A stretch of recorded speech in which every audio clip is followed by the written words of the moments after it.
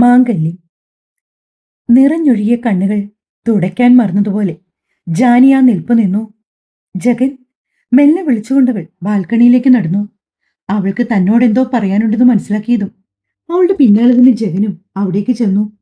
എന്താ ജാനി? അബി അബിക്ക് അവന്റെ വലിയൊരു സ്വപ്നമാണ്. അവൾക്ക് പറയാൻ വാക്കുകൾ കിട്ടുന്നുണ്ടായിരുന്നില്ല. അതിനെന്താ ജാനി, നല്ലൊരു കാര്യമല്ലേ? അവൻ ആഗ്രഹിച്ചതുപോലെ ഒരു രീതിയിലേക്ക് എത്തിച്ചേരുക, ചേരാൻ പറ്റുകയെന്ന് പറഞ്ഞാൽ വലിയൊരു ഡ്രീം കം ട്രൂ മൊമെന്റ് ആണ്. ജഗൻ, ഞാനതല്ല പറയാൻ വന്നത്. ഇനിയെങ്കിലും ഈ വാശിയൊന്ന് മാറ്റിവെച്ചോളെ. മിതു, അവൾ ഇപ്പോഴും അബിക്ക് വേണ്ടിയാണ് കാത്തിരിക്കുന്നത്. മുറിഞ്ഞുപോയ വാക്കുകൾ എങ്ങനെയൊക്കെയോ കൂട്ടിച്ചേർത്ത് ജാൻവി ഒരുവിധം ജഗനെ നോക്കാനുള്ള ധൈര്യമില്ലാതെ പറഞ്ഞൊപ്പിച്ചു. മതി ജാനി, ഈ സംസാരം നമുക്ക് ഇവിടെ വെച്ച് നിർത്താം. ജഗൻ പറയുന്നതോടൊപ്പം തന്നെ വലങ്കൈ ഉയർത്തി ജാനിയെ തടഞ്ഞു. ജഗൻ, നിങ്ങൾ എന്താ ഇങ്ങനെ? നമുക്കൊക്കെ ഒരു ജീവിതമല്ലേ ഉള്ളൂ. മറ്റുള്ളവരുടെ വികാരങ്ങളെ കൂടി മനസ്സിലാക്കാൻ കഴിയുന്നില്ലെങ്കിൽ പിന്നെ നമ്മൾ ഒരു നല്ല മനുഷ്യനാണെന്ന് പറയുന്നതിൽ അർത്ഥമുണ്ടോ? ജഗനെ നേർക്ക് നോക്കി രൂക്ഷമായി തന്നെ ചോദിക്കുവാണ് ജാൻവി. ഇപ്പൊ അവളുടെ മുഖത്ത് പേടിയോ ഭയമോ ഒന്നും തന്നെയില്ല. പകരം ഉള്ളിലുള്ളതെല്ലാം ജഗനോട് എങ്ങനെയും പറയണം എന്ന നിശ്ചയദാർഢ്യം മാത്രമാണ് അവൾക്കുള്ളത്. മതി ജാൻവി, ഈ കാര്യത്തിൽ ഇനി നമുക്കിടയിൽ ഒരു സംസാരം വേണ്ട. ഓൾറെഡി നമ്മളിത് പറഞ്ഞ് തീർപ്പാക്കിയതാണ്. ഇനി നീയായിട്ട് മിതുവിന്റെ മനസ്സിലേക്ക് ആവശ്യമില്ലാത്ത ചിന്തകളൊന്നും കുത്തിനിറയ്ക്കാൻ നിൽക്കണ്ട. ഞാൻ ഒരു ആവശ്യമില്ലാത്ത ചിന്തയും മിതുവിന്റെ മനസ്സിലേക്ക് നിറയ്ക്കുന്നില്ല ജഗൻ. അവൾ ഇപ്പോഴും മനസ്സിൽ നിന്ന് അബിയെ പടിയിറക്കി വിട്ടിട്ടില്ല. അവളുടെ മനസ്സിൽ അവൻ മാത്രമേ ഉള്ളൂ. അത് മറ്റാർക്കും മനസ്സിലായില്ലെങ്കിലും എനിക്ക് വ്യക്തമായി അറിയാം. കഴിഞ്ഞുപോയ വർഷങ്ങൾ അത്രയും അവൾ കാത്തിരിക്കുന്നത് അവൻ ഒരാൾക്ക് വേണ്ടി മാത്രമാണ്. ജഗൻ, ജഗനൊന്ന് മനസ്സ് വെച്ചാ ചിലപ്പോൾ മിതുവിന് അവൾ ആഗ്രഹിക്കും പോലെ അബിയെ കിട്ടും. ജഗൻ പറഞ്ഞ ഉറപ്പായും ആന്റി അങ്കിളും കേൾക്കും. വേണ്ട ജാൻവി, ഈ കാര്യത്തിൽ ഇനിയൊരു സംസാരം നമുക്കിടയിൽ ഉണ്ടാവരുത്. ഞാൻ പറഞ്ഞല്ലോ, നിനക്ക് വേറെന്തെങ്കിലും എന്നോട് പറയാനുണ്ടെങ്കിൽ പറയാം, അല്ലെങ്കിൽ എനിക്ക് കുറച്ച് ജോലിയുണ്ട്. ജാൻവി ഒന്നും മിണ്ടിയില്ല. അവനെ നോക്കാതെ ബാൽക്കണിയുടെ റെയിലിങ്ങിൽ പിടിച്ച് ദൂരെ കാണുന്ന കായൽ കാഴ്ചകളിലേക്ക് കണ്ണയച്ച് ഒരേ നിൽപ്പ് നിന്നു. അവളുടെ കണ്ണിൽ ആ സമയം ആ കാഴ്ചകൾ ഒന്നും തന്നെ തെളിഞ്ഞിരുന്നില്ല. ആള് മാത്രമേ ഇവിടെയുള്ളൂ, മനസ്സ് മറ്റെവിടെയൊക്കെയോ ആണ്. അല്പനേരം കഴിഞ്ഞ് ജഗൻ ഹോളിലേക്ക് തിരികെ പോയെന്ന് മനസ്സിലാക്കിയതു ജാൻവി ഫോണെടുത്ത് മിഥുവിനെ വിളിച്ചു. മിഥു, പറ ജാനി. സംസാരിക്കുമ്പോൾ ഇടറി പൊലിഞ്ഞുപോയിരുന്നു മിഥുവിന്റെ സ്വരം. അവൾ അനുഭവിക്കുന്ന സന്തോഷവും വേദനയും ഒക്കെ ചുരുക്കം ചില വാക്കുകളിൽ നിന്ന് തന്നെ ജാൻവിക്ക് മനസ്സിലായി. എന്തിനാ മിഥു നീ ഇനി അവനു വേണ്ടി കാത്തിരിക്കുന്നത്? എന്തോ ജാൻവിക്ക് ആ നിമിഷം മിഥുവിനോട് അങ്ങനെ ചോദിക്കാനാണ് തോന്നിയത്. അവൻ വരും ജാനി. വല്ലാത്തൊരു ഞെട്ടലോടെയാണ് ജാൻവി മിഥുവിന്റെ സംസാരത്തിന് കാതോർത്ത് നിന്നത്. മിഥു, നീ ഇനിയും അവനെ കാത്തിരിക്കുന്നതിൽ അർത്ഥമില്ലെന്നാണ് എനിക്ക് തോന്നുന്നത്. ഒരുപക്ഷെ മുന്നോട്ടുള്ള ജീവിതത്തിൽ സംഭവിക്കാൻ പോകുന്ന കാര്യങ്ങൾ മിഥുവിന് സന്തോഷമല്ല നൽകുന്നതെങ്കിലോ എന്ന് ഓർത്തുകൊണ്ടാണ് ജാൻവി അങ്ങനെയൊക്കെ പറഞ്ഞത്. വേണ്ട ജാനി, ഇനി ഒന്നും പറയണ്ട. അബി അവൻ എന്റെ അരികിലേക്ക് മടങ്ങി വന്നില്ലെങ്കിലും കുഴപ്പമില്ല. അവൻ എവിടെയായാലും സന്തോഷത്തോടെ ഇരിക്കണം. ഇപ്പോൾ അത് മാത്രമേ ഉള്ളൂ എൻ്റെ ആഗ്രഹം. അവൻ ആഗ്രഹിച്ചതുപോലെ അവന്റെ സ്വപ്നങ്ങളൊക്കെ നേടിയെടുത്ത് അവൻ ഈ ലോകത്തിന്റെ ഏതെങ്കിലും കോണിൽ എന്നും സന്തോഷമായിട്ടിരിക്കട്ടെ. പറഞ്ഞുകൊണ്ട് മിഥു കോൾ കട്ട് ചെയ്ത് കളഞ്ഞു. ജാൻവി വല്ലായ്മയോടെ തലയ്ക്ക് കൈതാങ്ങി ബാൽക്കണിയിലിട്ടിരുന്ന ബീൻ ബാഗിലേക്ക് ഇരുന്നു. എത്ര നേരം അങ്ങനെ ഇരുന്നുവെന്ന് ജാൻവിക്ക് പോലും നിശ്ചയമില്ല. പുറത്തെ ഇളംവെയിൽ മെല്ലെ മങ്ങി നേരത്തെ ഇരുട്ട് വ്യാപിച്ചു. ഋതുക്കുട്ടൻ അപ്പോഴാണ് ജാൻവിക്ക് അരികിലേക്ക് ഓടി വന്നത്. അമ്മേ! കുഞ്ഞിച്ചക്കൻ കൊഞ്ചി വിളിച്ചതും ജാൻവി അവനെ എടുത്ത് മടിയിലേക്ക് ഇരുത്തി. പിന്നെ ആ നെറ്റിയിൽ മൃദുവായി ചുംബിച്ചു. സത്യം പറഞ്ഞാൽ മിഥുവിന്റെയും അബിയുടെയും പ്രശ്നങ്ങൾക്കിടയിൽ താൻ ഇവനെ മറന്നുപോയോ? ജാൻവി വേദനയോടെ ഓർത്തുകൊണ്ട് അവനെ തന്റെ മാറിലേക്ക് ചേർത്ത് പിടിച്ചു. കുഞ്ഞുനാളിൽ താൻ അനുഭവിച്ചതുപോലെ ഒരു ചെറിയ ഒറ്റൽപ്പെടൽ പോലും അവൻ അനുഭവിക്കരുതെന്ന് അവൾക്ക് നിശ്ചയമുള്ളതുകൊണ്ട് തന്നെ എപ്പോഴും അവനൊരു പ്രത്യേക പരിഗണന കൊടുക്കാൻ അവൾ ശ്രദ്ധിക്കും. ഏത് തിരക്കിനിടയിലും ഋതുക്കുട്ടന്റെ ഒരു കാര്യങ്ങളും മുടങ്ങാതെ ചെയ്യാൻ അവൾക്കൊരു ഉത്സാഹമാണ്. ഒരു തിരക്കുകൾക്ക് വേണ്ടിയും തന്റെ മകനെ മാറ്റി നിർത്തില്ലെന്ന് അവൾ അവൾക്ക് തന്നെ ഒരു ഉറപ്പ് കൊടുത്തിട്ടുണ്ട്. ഋതുവിന്റെ പിന്നാലെ ജഗനും അവിടേക്ക് വന്നു. ഡിന്നർ കഴിക്കാൻ വാ ജാനി. ജഗൻ വിളിച്ചത് ജാൻവി കുഞ്ഞിനെയും എടുത്ത് അവിടെ നിന്ന് എഴുന്നേറ്റു. ആഹാരം കഴിക്കുമ്പോഴൊക്കെ ജഗൻ ജാൻവിയെ ശ്രദ്ധിക്കുന്നുണ്ട്. വളരെ മൗനമായിട്ടാണ് അവൾ ഇരിക്കുന്നത്. സാധാരണ അങ്ങനെയല്ല. ഋതുക്കുട്ടനോട് ഒന്നും രണ്ടും വർത്താനമൊക്കെ പറഞ്ഞ് ഡൈനിങ് ഹാളിൽ എപ്പോഴും കലപില ശബ്ദം ഉണ്ടാക്കും. ആഹാരം കഴിക്കുമ്പോൾ സംസാരിക്കരുതെന്ന് ജഗത് പല ആവർത്തി പറഞ്ഞാലും അമ്മയും മോനും അതൊന്നും കേൾക്കാറില്ല. അവരെപ്പോഴും അവരുടെ ലോകത്തായിരിക്കും. പിന്നെ അവനും അവർക്കൊപ്പം ചേരും. അമ്മയ്ക്ക് എന്തു പറ്റിയച്ചാ? ജാൻവി ഒന്നും മിണ്ടാതിരിക്കുന്നത് കാണിക്കെ ഋതുക്കുട്ടൻ ജഗനോട് ചോദിച്ചു. ഞെട്ടലോടെ ജാൻവി അവനെ നോക്കി മുഖമുയർത്തി. അമ്മയ്ക്കൊന്നും പറ്റിയില്ല ഋതു. അമ്മയ്ക്കൊരു ചെറിയ തലവേദന. മോൻ ആഹാരം കഴിക്കേ. അത്രയും പറഞ്ഞുകൊണ്ട് ജാൻവി വീണ്ടും ആഹാരം കഴിക്കുന്നത് തുടർന്നു. കഴിച്ചു തീർന്ന് ഋതു കൂടി കഴിച്ച് എഴുന്നേൽക്കും വരെ അവൾ അവന്റെ ഒപ്പമിരുന്നു. അവൻ കൈയൊക്കെ വാഷ് ചെയ്യിച്ച് താഴേക്ക് നിർത്തിയപ്പോഴേക്കും ജഗൻ വന്ന് അവനെ ബാത്റൂമിലേക്ക് കൊണ്ടുപോയി. ബ്രഷ് ചെയ്യിപ്പിച്ച് നൈറ്റ് ഡ്രസ് ഇടിയിപ്പിച്ച് ജഗൻ കുഞ്ഞുമായി മുറിയിലേക്ക് വരുമ്പോൾ ബെഡിൽ എന്തോ ആലോചനയോടെ ഇരിക്കുന്ന ജാൻവിയാണ് അവൻ കാണുന്നത്. ജഗൻ ഋതുവിനെ ബെഡിലേക്ക് കിടത്തിയതും അവന്റെ ഒരു അരികിലേക്ക് ജാൻവി കിടന്നു. മറുവശത്ത് ജഗനും. പരസ്പരം ഇരുവരും ഒന്നും സംസാരിച്ചില്ല. ജാൻവി ഒരു കൈയെടുത്ത് ഋതുവിനെ മെല്ലെ തട്ടി ഉറക്കാൻ തുടങ്ങി. രാത്രിയായാൽ ആരൊക്കെ ഉണ്ടെന്ന് പറഞ്ഞാലും കുഞ്ഞിച്ചക്കന് ജാൻവി തന്നെ വേണം. അവൻ അവളുടെ മാറിൻ ചൂടിലേക്ക് പറ്റിച്ചേർന്ന് കിടന്നു മെല്ലെ ഉറങ്ങി.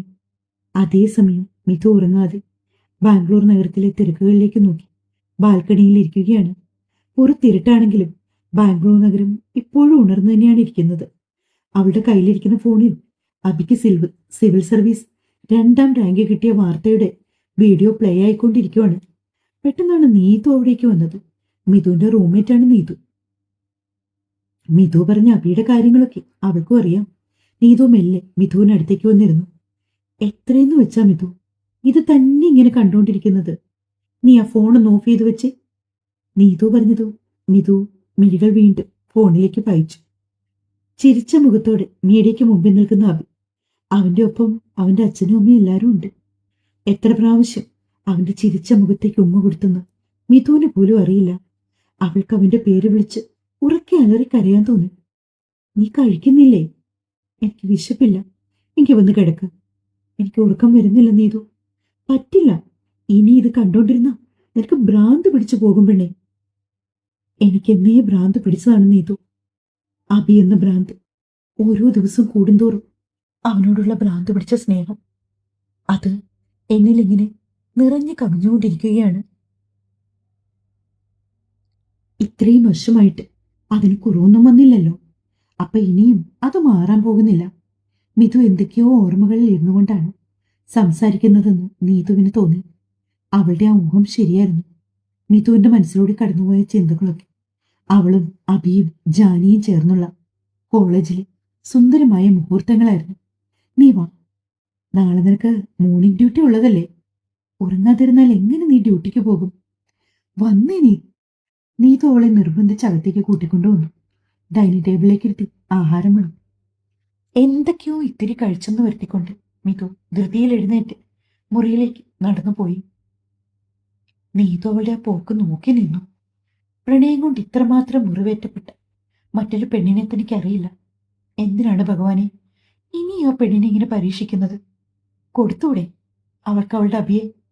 അറിയാതെ നീതു മനസ്സിൽ പറഞ്ഞു. ഉറങ്ങാൻ കിടക്കുകയാണ് മിഥു. അവളുടെ കണ്ണുകൾ രണ്ടും നിറഞ്ഞൊഴുകുന്നുണ്ട്. എത്രയോ നാളുകളായിട്ട് അവൾ ഇങ്ങനെയാണ്. സന്തോഷത്തോടെ ഒന്ന് ഉറങ്ങാൻ കിടന്ന ദിവസങ്ങൾ ഓർമ്മയിൽ പോലും ഇല്ലിപ്പോൾ. എന്നും അബിയെ ഓർത്ത് അവന്റെ ഓർമ്മകളിൽ വേദനിച്ച് നീറി നീറി എങ്ങനെയൊക്കെയോ ഉറങ്ങി എഴുന്നേൽക്കും. അബി, നീ എന്നെ മറന്നോ? ഞാനിപ്പോഴും നിനക്ക് വേണ്ടിയാണ് കാത്തിരിക്കുന്നത്. നീ എന്തെങ്കിലും വരുമെന്ന പ്രതീക്ഷയിൽ. എല്ലാവരും എന്നെ മറ്റൊരു വിവാഹത്തിന് വേണ്ടിയൊക്കെ നിർബന്ധിക്കുന്നുണ്ട്. നീയില്ലാതെ എനിക്ക് പറ്റില്ല ബി. നിന്റെ സ്ഥാനത്ത് മറ്റൊരാളെ സങ്കല്പിക്കുന്നത് നല്ലത് ഞാനങ്ങ് മരിച്ചു പോകുന്നതാണ്. ഞാൻ ഒരുപാട് സ്നേഹിച്ചു പോയി. നീ എൻ്റെ അരികിലേക്ക് ഒന്ന് മടങ്ങി വാ പ്ലീസ്. കണ്ണുകൾ ഇറുക്കിയടിച്ചു മിഥു അബിയോടെന്നതുപോലെ മനസ്സിൽ സംസാരിക്കുകയാണ്. നിനക്കൊരു കാര്യം അറിയും. അമ്മ വിവാഹത്തിന് നിർബന്ധിച്ചു തുടങ്ങിയ ശേഷം ഞാൻ വീട്ടിലേക്ക് പോലും പോകാതായത്. ഇപ്പോൾ ഞാൻ എൻ്റെ വീടും വീട്ടുകാരെയൊക്കെ കണ്ടിട്ട് ഏകദേശം 6 മാസം കഴിഞ്ഞു. എനിക്ക് പറ്റുന്നില്ല ബി.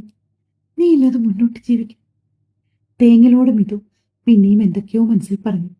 അതേസമയം ഫ്ളാറ്റിൽ ജാനിയും ഉറങ്ങാതെ കിടക്കുകയാണ്. മിഥു ഇപ്പോഴും അബിയെയും അവൻ്റെ ഓർമ്മകളെയും മനസ്സിൽ താലോലിച്ചുകൊണ്ടാണ് ജീവിക്കുന്നതെന്ന യാഥാർത്ഥ്യം എങ്ങനെ താൻ മറ്റുള്ളവരെ പറഞ്ഞു മനസ്സിലാക്കും? എങ്ങനെ അവരെ തമ്മിൽ ചേർത്ത് വയ്ക്കും? ജാനിക്കറിയില്ല. പിറ്റേന്ന് നേരം വെളുത്തെഴുന്നേറ്റപ്പം മുതൽ ജാനിയുടെ ഫോണിലേക്ക് നിരവധി കോളുകൾ വരുന്നുണ്ട്. കൂടെ പഠിച്ച കുട്ടികളൊക്കെ തന്നെയാണ് വിളിക്കുന്നത്. അപ്പോഴാണ് അവർക്കൊപ്പം പഠിച്ച ആൽബിൻ ജാനിയെ വിളിച്ചത്. ഹലോ ജാൻവി, അറിഞ്ഞോ? അബിക്ക് സെക്കൻഡ് ടൈം ഉണ്ട്. ഞാൻ അറിഞ്ഞിരുന്നു ആൽബി, ഇന്നലെ രാത്രിയിൽ. മിഥു, അവൾ അറിഞ്ഞോ? ആൽബി അല്പനേരത്തെ മൗനത്തിന് ശേഷം പെട്ടെന്ന് ചോദിച്ചത്. ജാൻവി ഒരു നിമിഷം സ്റ്റക്കായി പോയി. ഇതിനിടയിൽ തന്നെ അവരുടെ പല ഫ്രണ്ട്സും അറിഞ്ഞു മിഥു അബിയെ പ്രണയിക്കുന്നുണ്ടെന്നുള്ള കാര്യം. അറിഞ്ഞു. ജാൻവി മെല്ലെ പറഞ്ഞു. നിങ്ങൾ അറിഞ്ഞില്ലെങ്കിൽ പറയാൻ വേണ്ടിയാ ഞാൻ വിളിച്ചത്. ശരിടാ. ജാൻവി ഫോൺ കട്ട് ചെയ്തു. കോളേജ് ഗ്രൂപ്പിലും അവരുടെ ക്ലാസിന്റെ ഗ്രൂപ്പിലും ഒക്കെ ഇതിനോടകം തന്നെ അബിക്ക് റാങ്ക് കിട്ടിയ വാർത്തകൾ സ്പ്രെഡായി തുടങ്ങി. 4 ഭാഗത്തു നിന്നും അഭിനന്ദന പ്രവാഹമാണ്. അപ്പോഴാണ് ജാൻവിയുടെ ഫോണിലേക്ക് പാർവതിയുടെ കോൾ വന്നത്. ഹലോ ജാനി. പറഞ്ഞോളൂ ആൻറ്റി. ജാൻവിയുടെ ശബ്ദം നന്നേ പതിഞ്ഞുപോയി. എന്തു പറ്റി? നിനക്ക് വയ്യേ? ഏയ്, വയ്യായികൊന്നുമില്ല. ചെറിയൊരു തലവേദന. അതുകൊണ്ടാണോ സൗണ്ടിനൊരു വ്യത്യാസം? അവരാ ചോദിച്ചതിന് മറുപടിയായി ഒന്ന് മൂളിയതേ ഉള്ളൂ ജാനി. ജഗനും കുഞ്ഞും എവിടെ? ജഗനും മൃദുക്കുട്ടനും ഉണർന്നിട്ടില്ല ആൻറ്റി. അതെന്താ, ജഗനിന്ന് ലീവാണോ? അറിയില്ല, ലീവിന്റെ കാര്യമൊന്നും പറഞ്ഞില്ല ആൻറ്റി. അല്ല, ഞാൻ വിളിച്ചതേ ഇന്നലെ രാത്രിയിൽ ഒരു ന്യൂസ് കണ്ടിരുന്നു. നമ്മുടെ കേരളത്തിൽ നിന്നൊരു പയ്യന് സിവിൽ സർവീസിന് 2ാം റാങ്ക്. നിങ്ങളുടെ കോളേജിന്റെ ഒക്കെ പേര് പറയുന്നുണ്ടായിരുന്നു. പാർവതിയുടെ ചോദ്യം കേട്ടതും ജാൻവിയുടെ നെഞ്ചൊന്ന് പിടച്ചുയർന്നു. അതെ ആൻറ്റി, ഞങ്ങളുടെ ഫ്രണ്ടാണ്. എന്റെയും മിഥുവിന്റെയും ബെസ്റ്റ് ഫ്രണ്ടാണ് അബി. കോളേജിൽ ഞങ്ങൾ ഒരുമിച്ചായിരുന്നു. ആണല്ലേ? ഞാനും കരുതി നിങ്ങളുടെ ഡിപ്പാർട്ട്മെന്റിന്റെ പേരൊക്കെ പറയുന്നുണ്ടായിരുന്നു. ആ, ഇതൊന്നും അറിയാൻ വേണ്ടിയാ വിളിച്ചത്. പിന്നെ ജോലിക്ക് പോവണ്ടേ ഇനി? വേണോ ആൻറ്റി? റെഡിയാവാൻ പോവാ. ശരി മോളെ, മോളുടെ ജോലിയൊക്കെ നടക്കട്ടെ. വൈകിട്ട് വിളിക്കാം. പറഞ്ഞുകൊണ്ട് പാർവതി കോൾ കട്ട് ചെയ്തത്. ജാൻവി കുറച്ചു സമയം വീണ്ടും അവിടെ തന്നെയിരുന്നു. ഉറക്കം ഉണർന്ന് എഴുന്നേറ്റ് വരുന്ന ജഗൻ കാണുന്നത് ലിവിംഗ് റൂമിലെ സോഫയിൽ കണ്ണുകൾ അടച്ച് ചാരിയിരിക്കുന്ന ജാൻവിയാണ്.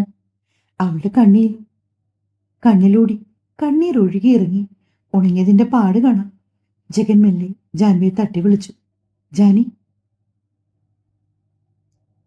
അവൾ പെട്ടെന്ന് കണ്ണു തുറന്നു. ജഗനെ നോക്കി. എന്താ ജഗൻ? എന്തു പറ്റി? എനിക്ക് വയ്യേ? കുഴപ്പമൊന്നുമില്ല. കോഫി എടുക്കട്ടെ ഞാൻ? ജാൻവി അത് ചോദിച്ചുകൊണ്ട് ഇരുന്നിടത്ത് നിന്ന് എഴുന്നേക്കാൻ തുടങ്ങിയതും ജഗൻ അവളെ തടഞ്ഞു. വേണ്ട, ഞാൻ എടുത്തോളാം പറഞ്ഞുകൊണ്ട് ജഗൻ അടുക്കളയിലേക്ക് പോയി. തിരികെ വരുമ്പോൾ അവന്റെ കയ്യിൽ 2 കപ്പ് കോഫി ഉണ്ടായിരുന്നു. ഒന്നവൻ ജാനിക്ക് നേരെ നീട്ടി. സമയധികമായിട്ടില്ല. ബിന്ദു ചേച്ചി ഉണർന്നിട്ടുമില്ല. ജഗൻ ഇടങ്കയിൽ കോഫി പിടിച്ചുകൊണ്ട് വലത്തെ കൈ ജാനിയുടെ തോളിലേക്കിട്ട് അവളെ അവന്റെ നെഞ്ചിലേക്ക് ചേർത്ത് പിടിച്ചു. എത്ര വേണ്ടെന്ന് വെച്ചിട്ട് അറിയാതെ ഒരു ഏങ്ങൽ ജാൻവിയുടെ തൊണ്ടക്കുഴി വരെ വന്ന് എത്തി നിന്നു. ജഗൻ അവളുടെ നെറ്റിയിലേക്ക് ചുണ്ടു ചേർത്തു. താൻ വിഷമിക്കരുത്, ആ ചാപ്റ്റർ കഴിഞ്ഞു. ഇനി എന്തവളോട് പറയണമെന്നും ജഗൻ അറിയില്ല. ജഗൻ, എനിക്ക് മിഥുവിന്റെ സങ്കടം കാണാൻ വയ്യ. അതുകൊണ്ടാ ഞാൻ അങ്ങനെ പറഞ്ഞത്. പോട്ട് ജാനി, പതിയെ പതിയെ മിഥു എല്ലാം മറക്കും. ഇനിയും ജഗനെ എങ്ങനെ പറഞ്ഞ് മനസ്സിലാക്കണമെന്ന് ജാനിക്ക് അറിയില്ലായിരുന്നു. അതുകൊണ്ട് തന്നെ അവൾ ആ ശ്രമം അങ്ങ് ഉപേക്ഷിച്ചു. ജാനി, മിഥുവിന് ഒരുപാട് ആലോചന വരുന്നുണ്ട്. ഏതെങ്കിലും ഒന്ന് എന്നതിലല്ല, ഏറ്റവും നല്ലൊരു പയ്യൻ. അവനെ ഉടനെ തന്നെ ചൂസ് ചെയ്യും. അച്ഛനും ഞാനും ചില തീരുമാനം എടുത്തിട്ടുണ്ട്. ഒരു ഡോക്ടറുടെ വന്നിട്ടുണ്ട്. US പയ്യൻ. ഓൾമോസ്റ്റ് ഞങ്ങൾ സംസാരിച്ചു കഴിഞ്ഞു. ഇന്നലെ അച്ഛനെ അവർ വിളിച്ചു. ആ പയ്യൻ ഉടനെ എത്തും. താൻ ഇനി വേണ്ടാത്ത കാര്യങ്ങളോർത്ത് നിൽക്കണ്ട കേട്ടോ.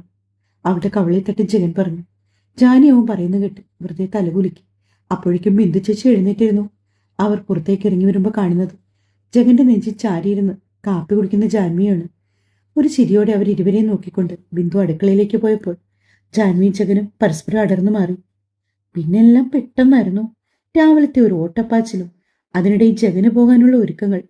ജാൻവി പെട്ടെന്ന് തന്നെ റെഡിയായി ഒരു ചുരിദാർ എടുത്തിട്ടു. ഋതുവിന് ആഹാരം കൊടുത്തുകൊണ്ട് നിൽക്കുമ്പോഴാണ് ജഗൻ യൂണിഫോം ഇട്ട് അങ്ങോട്ടേക്ക് വന്നത്. ജാനി, ഋതുവിനെ ഞാൻ പോകുമ്പോഴേ ഡ്രോപ്പ് ചെയ്യാം. തനിക്കിന്ന് നേരത്തെ പോകണമെങ്കിൽ പൊയ്ക്കോളൂ. മറുപടിയായി ഒന്ന് തലകുലുക്കിക്കൊണ്ട് ജാനി നേരെ റൂമിലേക്ക് പോയി. മുടിയൊന്ന് കെട്ടിവെച്ച് ബാഗുമെടുത്ത് ഋതുക്കുട്ടന്റെ നെറ്റിയിലൊരു ഉമ്മയും കൊടുത്ത് ജഗനോടും ബിന്ദു ചേച്ചിയോടും യാത്ര പറഞ്ഞ് അവൾ പുറത്തേക്ക് നടന്നു. മറ്റേതോ ലോകത്തെന്നതുപോലെയാണ് അവൾ നടക്കുന്നത്. മിഥുവിന്റെയും അബിയുടെയും കാര്യം എങ്ങനെ സോൾവ് ചെയ്യുമെന്ന് ആലോചിച്ചിട്ട് ജാൻവിക്ക് യാതൊരു എത്തുംപിടിയും കിട്ടുന്നുണ്ടായിരുന്നില്ല. ജഗൻ ആ ഡോക്ടർ പയ്യനെ കൊണ്ട് അവളെ കെട്ടിക്കുമോ എന്നതാണ് ജാനിയുടെ പേടി. അബിയെക്കുറിച്ചൊന്നും അറിയുപോലും ഇല്ല. ആ സ്ഥിതിക്ക് ഇനി മുന്നോട്ട് എന്താവുമെന്ന് അവൾക്കൊരു ഉത്കണ്ഠയുണ്ട്. ഉച്ചയ്ക്ക് ജാൻവി ഓഫീസിലിരിക്കുന്ന സമയത്താണ് മിഥു അവൾക്ക് ഒരു വീഡിയോയുടെ ലിങ്ക് ഇട്ടത്. ജാൻവി അത് ഓപ്പൺ ചെയ്തു. അബിയുടെ മുഖമാണ് ആദ്യം തെളിഞ്ഞത്. പണ്ടത്തെ പോലല്ല, ഒരുപാട് മാറ്റങ്ങൾ വന്നു. അല്പം കൂടി ഉറച്ച ശരീരം, ചെറിയ കുറ്റി താടിയുണ്ട്, മുഖത്തൊരു കണ്ണാടി സ്ഥാനം പിടിച്ചു, കട്ടി മീശയൊക്കെ ആയിട്ട് മറ്റൊരാളെ പോലെ. പക്ഷേ മുഖത്ത് ഇപ്പോഴും മങ്ങാതെ ആ ചിരിയുണ്ട്.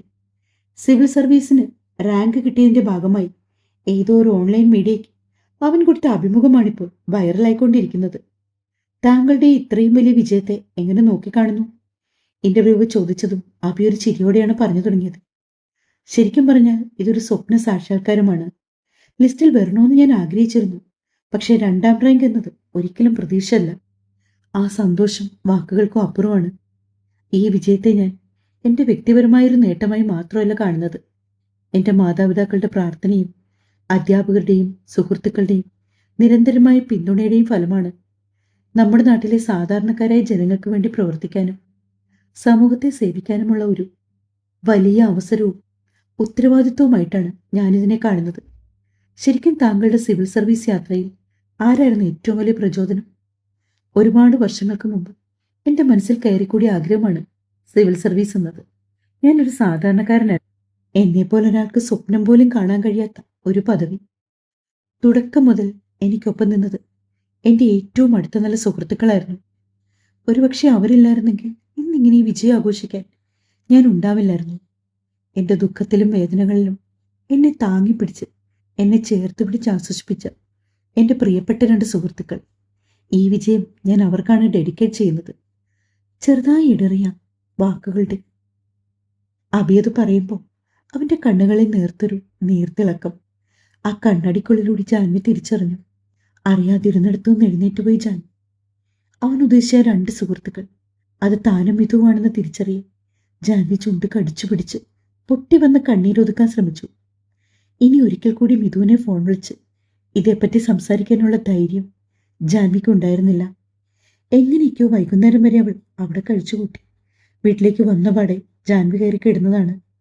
ഇതിനിടെ ബിന്ദു ചേച്ചി 1-2 പ്രാവശ്യം ചായ കുടിക്കാൻ ചെന്ന് വിളിച്ചെങ്കിലും ജാൻവി വേണ്ടെന്ന് പറഞ്ഞ് ഒരേ കിടപ്പ് കിടന്നു. അതുകൂടി കണ്ടതും ബിന്ദുവിന് വല്ലാത്തൊരു വെപ്രാളം. അവർ ഫോണെടുത്ത് ജഗനെ വിളിച്ചു. എന്താ ചേച്ചി, എന്തു പറ്റി? മോനെ, ജാനിമോൾ വന്നപ്പോൾ മുതൽ കയറി കിടക്കാൻ തുടങ്ങിയതാ. ചോദിച്ചപ്പോൾ തലവേദനയാണെന്ന് പറഞ്ഞു. പക്ഷെ എന്തൊക്കെയോ വിഷമമുള്ളതുപോലെ തോന്നി. അതാ ഞാൻ പിന്നെ വിളിച്ചു പറഞ്ഞത്. ബിന്ദുവിന്റെ വാക്കുകൾ കേട്ടതും ജഗൻ നെറ്റിയൊന്ന് ചെറുതായി ചൊറിഞ്ഞു വിട്ടു. അബിയുടെ ഇന്റർവ്യൂ അവനും കണ്ടതാണ്. അതുകൊണ്ട് തന്നെ ഇതൊക്കെ പ്രതീക്ഷിച്ചതാണ് ജഗൻ. കുഴപ്പമില്ല ചേച്ചി, ഞാനൊരു 1/2 മണിക്കൂറിനുള്ളിൽ അവിടേക്ക് വരാം. ഫോൺ വെച്ചുകൊണ്ട് ജഗൻ നേരെ വീട്ടിലേക്ക് തിരിച്ചു. അവൻ വരുമ്പോൾ ജാൻവി ചെറിയൊരു മയക്കത്തിലായിരുന്നു. കരഞ്ഞു കരഞ്ഞു കിടന്ന് എപ്പോഴോ മയങ്ങിപ്പോയതാണവൾ. മുറിയിൽ ആൾപ്പെരുമാറ്റം കേട്ടതും ജാൻവി പെട്ടെന്ന് കണ്ണു തുറന്നു. രാവിലെ ഇട്ടുകൊണ്ടുപോയ അതേ വേഷത്തിൽ തന്നെയാണ് അവൾ. കഴുത്തിൽ കിടന്ന ഷാള് മാത്രം സ്റ്റാൻഡിലേക്ക് ഇട്ടിട്ടുണ്ട്. എന്താ ജാനി നിന്റെ ഉദ്ദേശം? എനിക്കറിയാൻ മേലാഞ്ഞിട്ട് ചോദിക്കുക.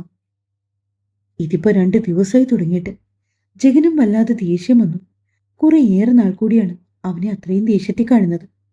ജാൻവി വല്ലായ്മയോടെ മുഖം കുനിച്ചിരുന്നു. നിനക്കെന്താ എത്ര പറഞ്ഞാലും തലയിൽ കയറാത്തത്? വെറുതെ ആവശ്യമില്ലാത്ത കാര്യങ്ങൾക്ക് പിണങ്ങിയിരിക്കാനാണ് നിന്റെ ഉദ്ദേശമെങ്കിൽ അവിടെ ഇരിക്കത്തേ ഉള്ളൂ, കേട്ടല്ലോ. ജഗൻ ദേഷ്യത്തിൽ മുറിയിൽ നിന്ന് ഇറങ്ങിപ്പോയപ്പോൾ ജാൻവി വീണ്ടും അതേ ഇരിപ്പിരുന്നു. അതേ സമയം തന്നെയാണ് ജാൻവിയുടെ ഫോണിലേക്ക് മാനസിയുടെ വീഡിയോ കോൾ വന്നത്. വല്ലാത്തൊരവസ്ഥയിലായതിനാൽ തന്നെ ജാനി കോൾ എടുത്തില്ല. മുഖമൊക്കെ എന്താ ഇങ്ങനെ ഇരിക്കുന്നതെന്ന് അമ്മ ചോദിച്ചാൽ അവരോട് എന്തു മറുപടി പറയും? അതായിരുന്നു അവളുടെ മനസ്സിൽ. എന്നാൽ ഒരു പ്രാവശ്യം ബെല്ലടിച്ചു നിന്ന ഫോൺ വീണ്ടും റിങ് ചെയ്യാൻ തുടങ്ങിയതും എന്തോ അത്യാവശ്യമാണെന്ന് ജാൻവിക്ക് മനസ്സിലായി. ധൃതിയിൽ അവൾ എഴുന്നേറ്റ് വാഷ്റൂമിൽ പോയി മുഖമൊക്കെ ഒന്ന് കഴുകിയ ശേഷം മാനസിയുടെ കോളെടുത്ത് ബാൽക്കണിയിലേക്ക് ഇറങ്ങി. മറുപുറം മാനസിയുടെ ചിരിച്ചു മുഖം. വേദനകൾ ഉള്ളിൽ ഒളിപ്പിച്ചുകൊണ്ട് ജാൻവി അവരെ നോക്കി ഒന്ന് പുഞ്ചിരിച്ചു. തുടരും. കഥ എഴുതി വരുമ്പോൾ കുറച്ച് ഭാഗം കൂടി ഉൾപ്പെടുത്തണമെന്ന് തോന്നി. എന്നാലും ഒരുപാട് ബോറാക്കാതെ നിർത്താം. എല്ലാവരും ഹാപ്പി ആയിട്ട് വേണ്ടേ ക്ലൈമാക്സ് തരാൻ. അതുകൊണ്ടാണേ. പിന്നെ പുതിയ കഥ പ്രാണനിൽ അണിഞ്ഞവൻ ഇന്നു മുതൽ പോസ്റ്റ് ചെയ്യും. കുറച്ചു പേരെങ്കിലും വായിച്ചു കാണും.